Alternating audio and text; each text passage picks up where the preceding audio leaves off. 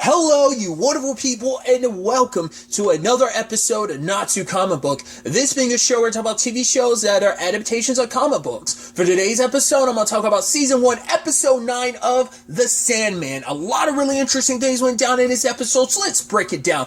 Well, first and foremost, we do get clarification, so the way to interpret the whole Lyta thing was in fact the dream world and reality are blurring together. Rose, as the vortex, is bringing in a dream world into reality. So, because I couldn't tell how far along she was, but maybe I don't know, because just the angle she was at, that's why I was like, oh, maybe she was pregnant, she didn't really know. It's like, no, she was pregnant because of the dream, because now in retrospect, it's like, well, didn't she say like Hector died like a year ago or something? Like, maybe it was a year, maybe it wasn't. I think now in retrospect, I think because I couldn't remember if she ever said how long ago Hector died, but either way, it is a situation of this is all a byproduct of Rose, and she wants to fix everything, but for Lyta, it's like, regardless of what's happening, I'm having a baby with Hector, and I have him back in my life, and she's thinking about living in the dream world, because, like, for her, there's not much here in this life, because all she's done is dream about Hector, and she's been unable to move on, and maybe the argument could be that, I'm curious, because we know before, Rose has been a vortex for a while, but maybe she's only recently came into what she is, because Lyta, we have no idea how long she's been dreaming about Hector, or because the way Dream puts it, he's dead. He is a ghost, but he's been hiding in her dreams rather than going on to the afterlife where he's supposed to be. He couldn't let go, and he's basically been hiding out in her dreams the entire time. Probably did it subconsciously, but it's also because he didn't want to let go of her, just like she didn't want to let go of him. So the question begs, is that a byproduct of Rose being a vortex? Because she was in both of their lives when he died. Or could it just be just happenstance of he refused to let go? The way Dream makes it seem like everything going on related to dreams and the real world blurring together is because of her. So maybe she's been active as a vortex for a while, and maybe she's only recently come into her own. It makes you wonder, how long has the Corinthian known about her existence? Maybe that's what, once again, biding his time, the entire time that, because they were just probably maybe the same thing for Desire and Despair, was just once again waiting for the time for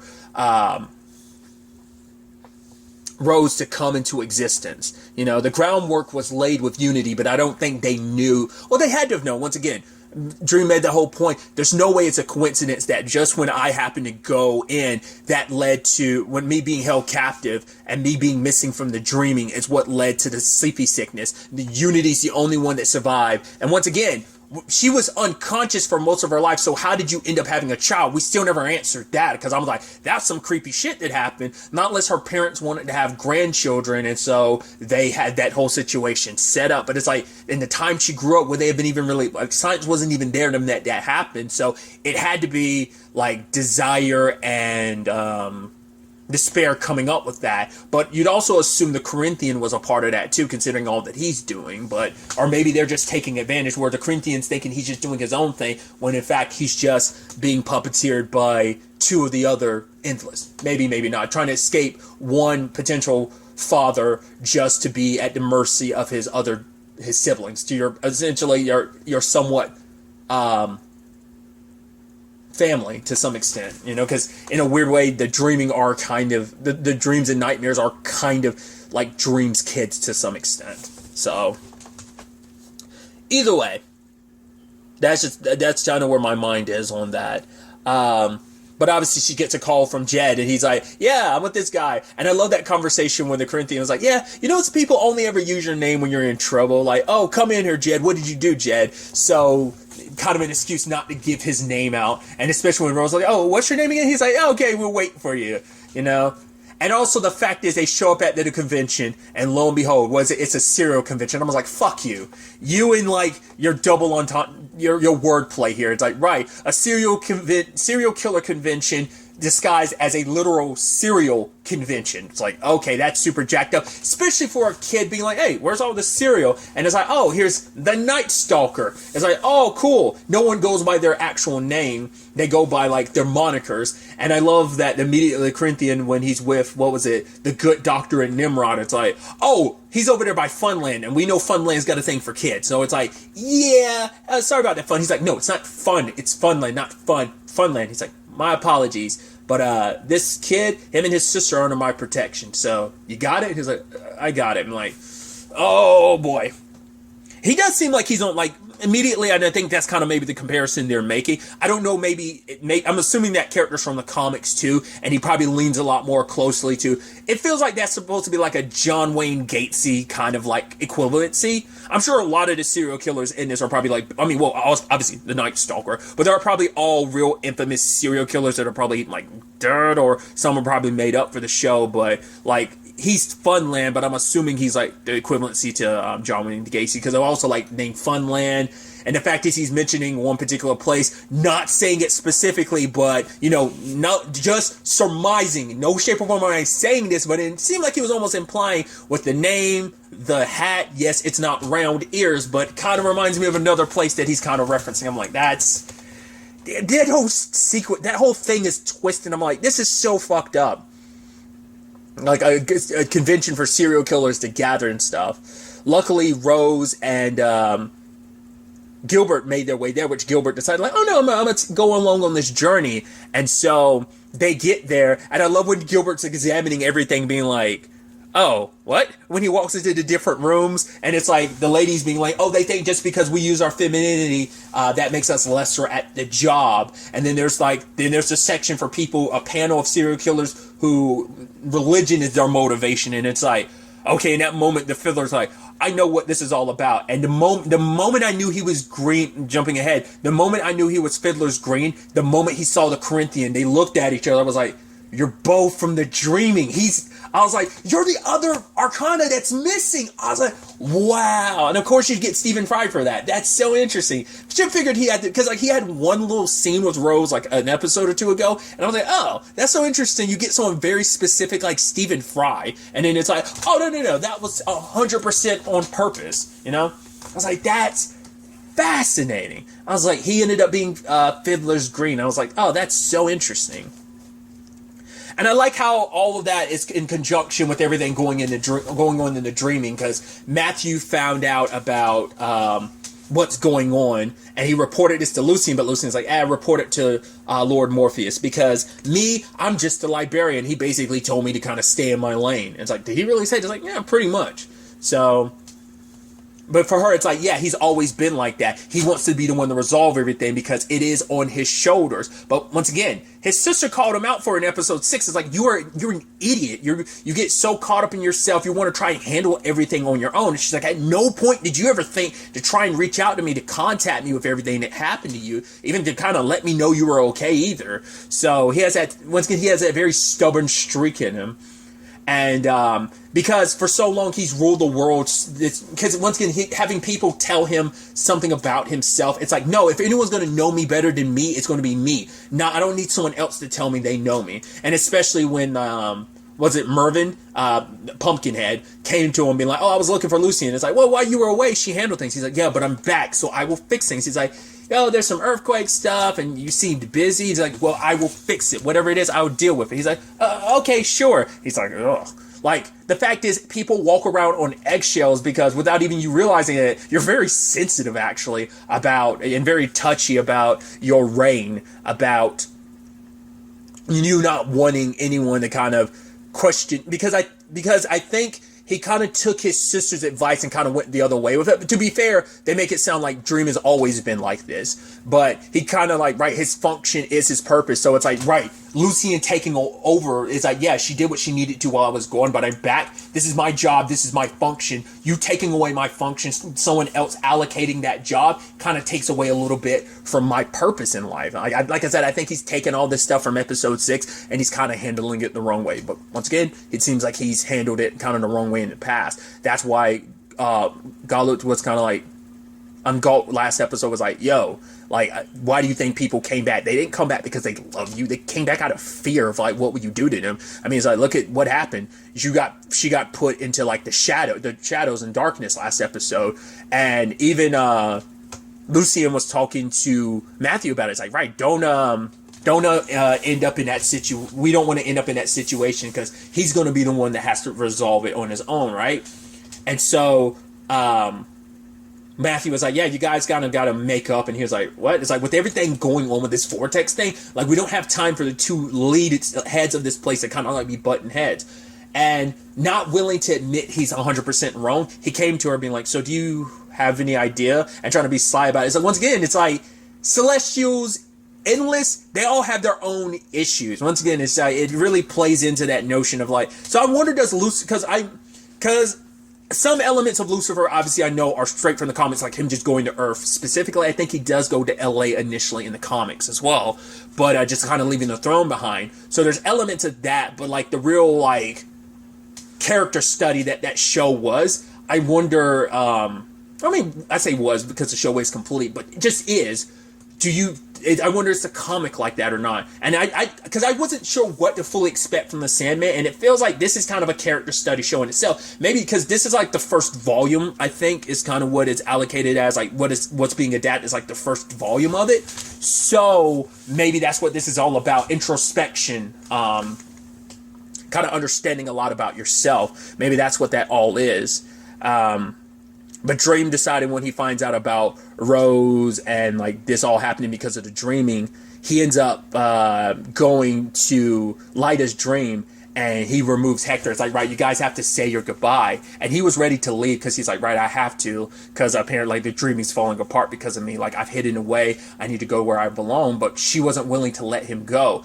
And at least his sister can do her job, but at the very least, she does it with a smile and kind words. He's very blunt and just like, yeah, it's like, no, you have to go. And did that, like, returned him to the dead, like making her see the man that she loves. She already lost him once. You could have handled that with a lot more tact than you did, but for him, it's just like, no, like, this is how it's done. Like, he doesn't let he tries not to let his emotions get the best of him. I think he probably doesn't even realize he is letting his emotions get the best of him, because he's like, no, I'm in complete control. I'm doing what I'm supposed to. But it's like, no, you're being spiteful. And the tactful thing to do is your sister would handle things in a different way, but he doesn't have the same job, and so he feels like as a Lord of Dreams, is like, I have my function, and this is what I'm supposed to do. And he says that Lyta can keep the baby for now, and you're like, wait, so you're going to come back and snatch the baby later, or like kill the baby later? Like, I was like, are you really about to kill a baby? But it's like, no, the baby was born in a dreaming, so it's going to be mine. I'm like, which also makes you go, that baby's going to be something special then, kind of like a certain other person. Oh, let's go ahead and talk about it. Doctor Who. Like, we found out about River Song's special circumstances and how she came about, right? Without spoiling it for Doctor Who, if you've never seen Doctor Who, if you know, like, how she was born under what circumstances, I think it's kind of similar to that. Like, you are going to be special because you were born in the dreaming. Someone from the real world and someone who's dead and living and hiding in the dreaming. So it makes that baby a special case. But Rose didn't appreciate him doing what he's doing because he's like, right, this dream is over, and he ends the dream, but Rose followed him like, what the fuck are you doing? He's like, how did you do that? And it's like, don't come after my friends. It's like, you murdered her husband in front of her, threatened to take her baby. You're not coming after my friends. You said I had the power to make or destroy universes. Well, leave my universe the fuck alone. And she was like, dream over, and just like left because he was trying to explain himself. It's like, right, you went about it the most dickish way possible because you are kind of an asshole. You don't recognize your assholeness because he doesn't recognize maybe when you talk to people the way you don't talk to people. You don't handle stuff well, especially humans. He doesn't handle well. But even Lucien's talking to Fiddler Green about it later on. It's like, right, he was soured on humanity. I mean, who knows what his perspective on humans were beforehand? He was probably maybe indifferent to them. I mean, God knows what the rest of his siblings feel about the others. You know, like, I mean, we really haven't really gotten an insight to despair and desire. I was actually surprised because I thought we were going to get a lot more of them this season, but apparently not. I guess we'll probably get some more of them in the season finale, but that's probably about it. But, and also, like, the whole other missing sibling situation. I guess once again that's a future arc thing, but the fact that he was locked up for 100 years. Like, he might have been indifferent to humans before. He definitely has, like, a very negative perspective on them now. Obviously, some people have changed that. Like, Dream, his experiences have changed him because even, once again, having that existential crisis in episode 6, before he would have never gotten caught up in that. It's a very almost human thing to kind of, be experiencing, like, doubt and just kind of like, what's my purpose? Like, everyone's looking for their purpose and he felt lost, It's like you're one of the most powerful entities in existence. You are the literal Lord of Dreams and you felt lost, because so much was lost to you when you were held captive. And of course that'd give you a negative view of humanity. But slowly, like, his interactions with Johanna, with Hob, without even realizing it, and, like, how much they've changed him and how much they've played a role in changing him for the better. But Fiddler Green came to tell him about the Corinthian and Rose, because at the time he didn't realize Rose was a vortex. And now in retrospect, he's like, right, no wonder I was, like, kind of so drawn to her, because he had no idea what was happening underneath his, I mean, to be fair, he never really went out much. Which I love that he said that story of, like, right, he's from London, and it's like the whole thing's about a journey going back home, and he's like, right, I guess it kind of is. And it's like, right, he wasn't talking about London, he was talking about the dreaming.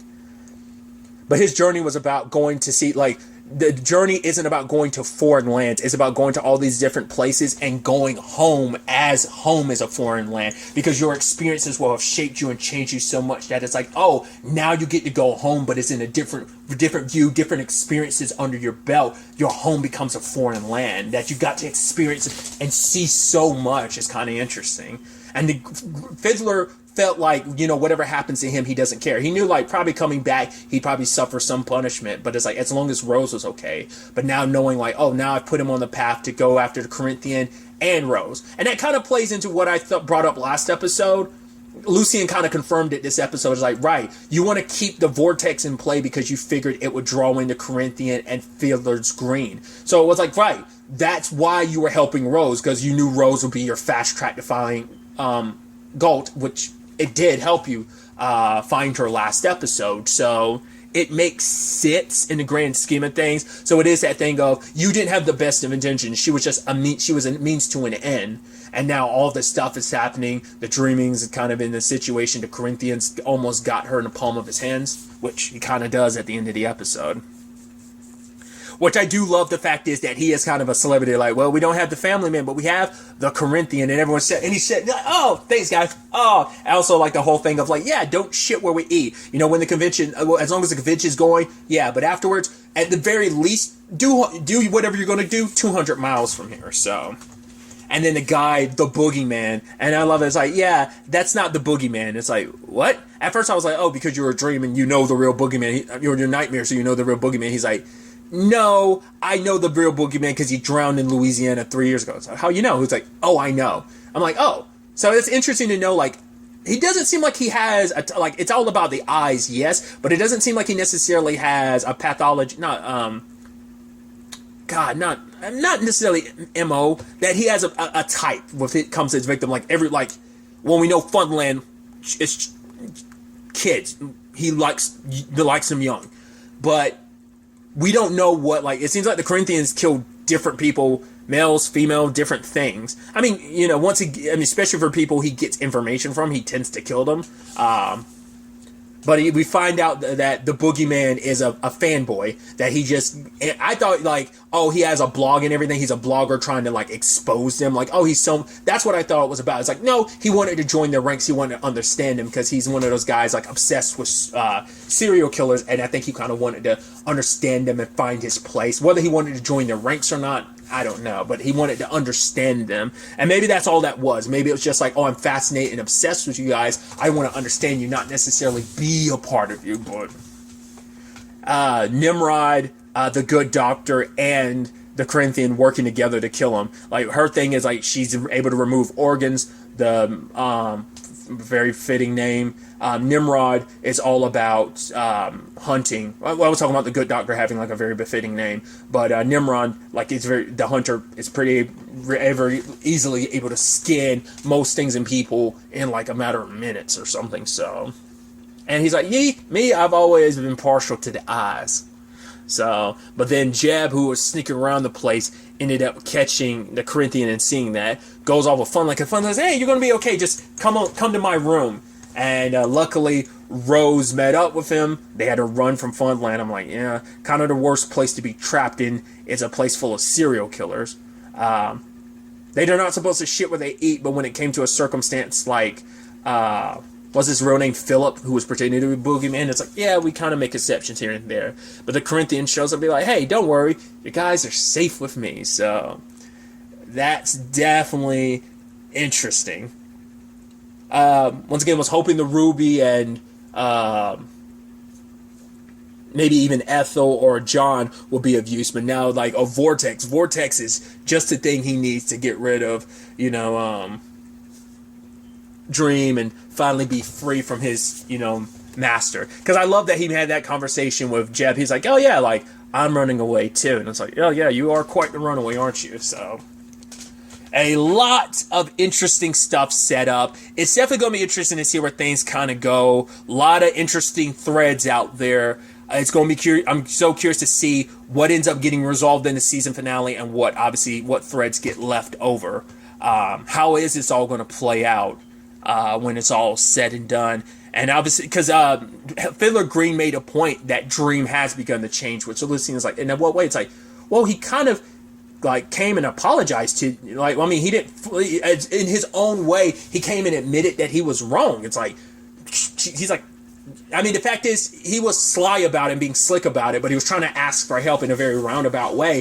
The fact is that he was even willing to do that, and then admitting he was wrong, it's like, she's like, the Morpheus I knew would never do that. And so it is kind of like Lucien getting what she wanted. She wanted him to change, and she wanted to save him, I guess, from himself, because the path that he was going down, how he ran the dreaming for so long, was actually doing more harm than good, because the people who didn't love you, they were just like, is it better to be feared or to be loved? It's like to be loved, truth be told, because fear only harbors more resentment, and it's like, that's why, because I even thought it was interesting, because like for Dream, it's like, why did you leave Fiddler Green? Like, you were the heart of this place. He was like, no, my lord, like, you've always been the heart of the place. The moment you left, he's like, I wanted to see the world and kind of experience the interesting things of humanity. But I am curious to see, like, the end result, who will Dream be at the end of all of this? Will Rose survive? Will they be able to take away what makes her a Vortex so she's able to just live a normal life with Jed? I don't know if we'll ever circle back to it, but Rosemary's still running about with that pendant she got from John, like, what was that, episode 3, 4, something like that? She got that pendant from him. I think that was episode 4. Yeah, it was definitely episode 4. She got that pendant from him at the end of the episode. Is that going to be an issue? Like, her just running about with that? I don't know. They made such a point to introduce him that, like, because there's so many plot threads they're probably setting up that you won't get payoff to until, like, later down the road that they'll circle back to. Like, just like Invincible, there's a lot of stuff that was, like, introduced and set up in that. They're like, oh, once again, you're not going to get any payoff for, like, the next season or two. So I'm curious to see where the season finale takes us going forward with all of this. But really, that's all I'm going to talk about. Till the next time we meet, be happy, be safe, live life to the fullest, and enjoy it. Good day and good